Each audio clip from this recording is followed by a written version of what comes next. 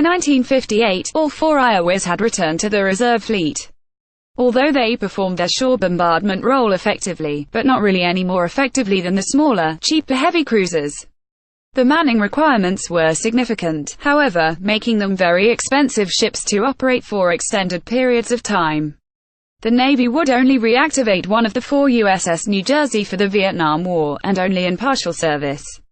In the late 1950s and early 1960s, the United States disposed of the remaining 13 battleships in its inventory.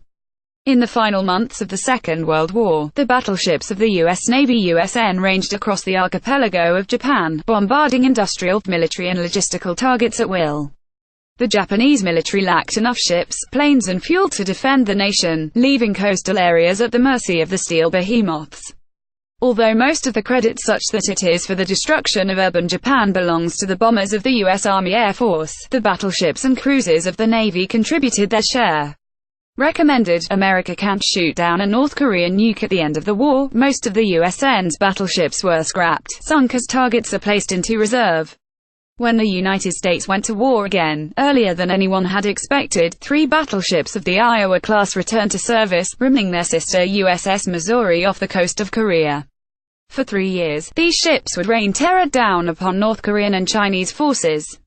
Response and reactivation. The ferocity and efficiency of the North Korean offensive of June 1950 into South Korea took everyone, including the U.S. Navy, by surprise.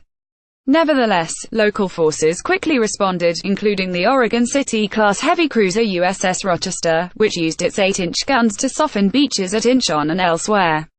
USS Missouri, the only U.S. battleship to have remained operational since World War II, arrived in Korean waters on September 19, 1950. In a few weeks she would conduct extensive shore bombardments along the coast of North Korea. Missouri continued to provide fire support after the tide of war turned in November. In December, she conducted bombardments to ensure the survival of U.S. troops retreating from the People's Liberation Army's surprise offensive.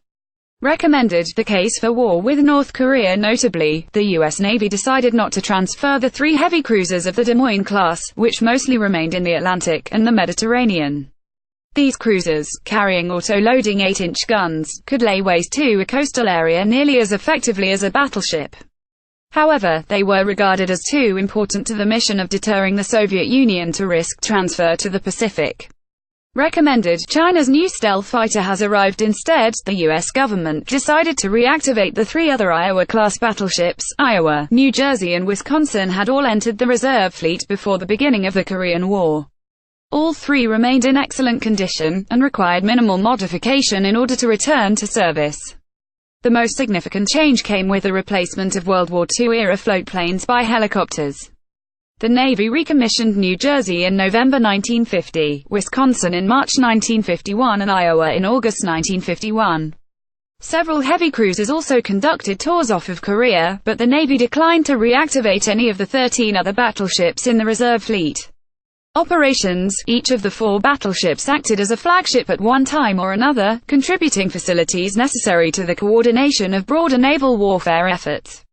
More to the point, however, the battleships used both their 16-inch main armament and their 5-inch secondary armament to pound Chinese and North Korean positions along the coast. These positions included cave systems, concealed artillery and command posts. As with the end of the Second World War, the battleships also hit strategic and operational targets, including railways, industrial parks and transport centers. These attacks, which could range up to 20 miles inland, periodically disrupted but did not stop Communist efforts to resupply their armies in the field. Extensive mining reduced the freedom of action of U.S. naval forces, to the extent that the battleships only rarely operated against North Korean and Chinese positions along the Yellow Sea. Although Communist aircraft did conduct attacks against major U.S. ships early in the war, UN air and naval superiority made such sorties difficult as the war proceeded.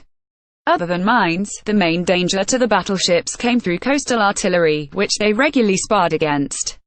However, the effectiveness of the USN in bombarding all along the peninsula showed both countries how vulnerable they were to naval attack. Pages